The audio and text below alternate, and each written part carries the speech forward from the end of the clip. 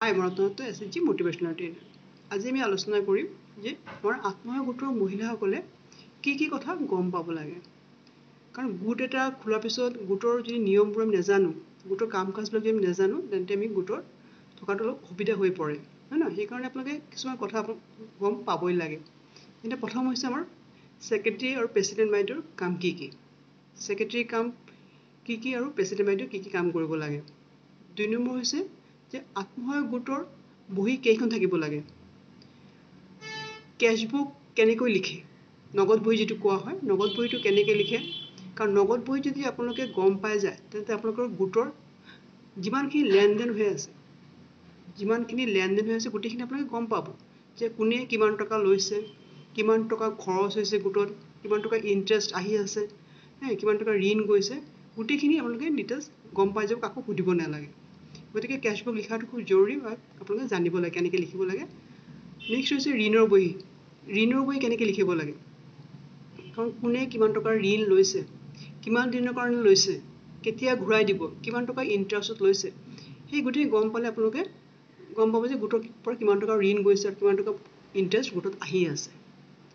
Next আপোনালোকে শিকিব লাগিব সাপ্তাহিক সভাৰ যিটো প্ৰচিডিং লিখাৰ যিটো নিয়ম, সভাৰ যিটো আপোনালোকে সাপ্তাহিক সভা যিটো পাতে, তাত কেনেকৈ সভাটো পাতিব লাগে, হয় নহয়?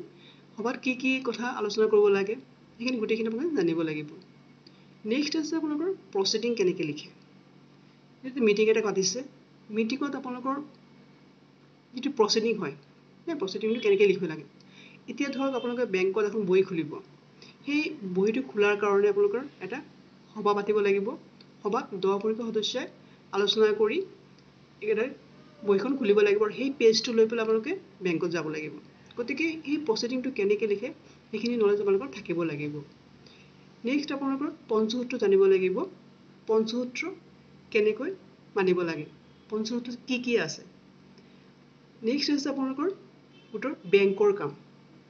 বেংকত আপোনালোকৰ কি কাম আছে, বেংকত কেনেকৈ আপোনালোকে টকা জমা কৰিব, বেংকৰ পৰা কেনেকৈ টকা উঠাব, বেংকত কেনেকৈ ফৰ্ম ফিল আপ কৰিব, সেই গোটেইখিনি আপোনালোকে জানিব লাগে।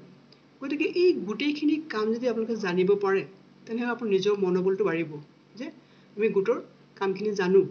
আৰু সেই যেতিয়া আপোনালোকে গোটৰ কামখিনি জানিব, তেতিয়া আপোনালোকৰ গোটৰ মাজত এটা নিজৰ মিলো থাকিব যে অকল প্ৰেচিডেণ্ট বা ছেক্ৰেটাৰী বাইদেৱে গোটেইখিনি কাম কৰিব নালাগে। কাৰণ 10গৰাকী সদস্য যেতিয়া আছে, চবেই মিলি পেলাই গোটেই কামখিনি কৰিব লাগে। সেইকাৰণে বছৰি আমাৰ প্ৰেচিডেণ্ট ছেক্ৰেটাৰী বাইদেউ চেঞ্জ কৰিবলৈ কোৱা হৈছে। গতিকে এইখিনি কাম যদি আপোনালোকে জানে, তেন্তে আপোনালোকৰ নিজৰ এটা চেল্ফ কনফিডেঞ্চ আহি যাব যে আমাৰ কিবা এটা আমি জানো।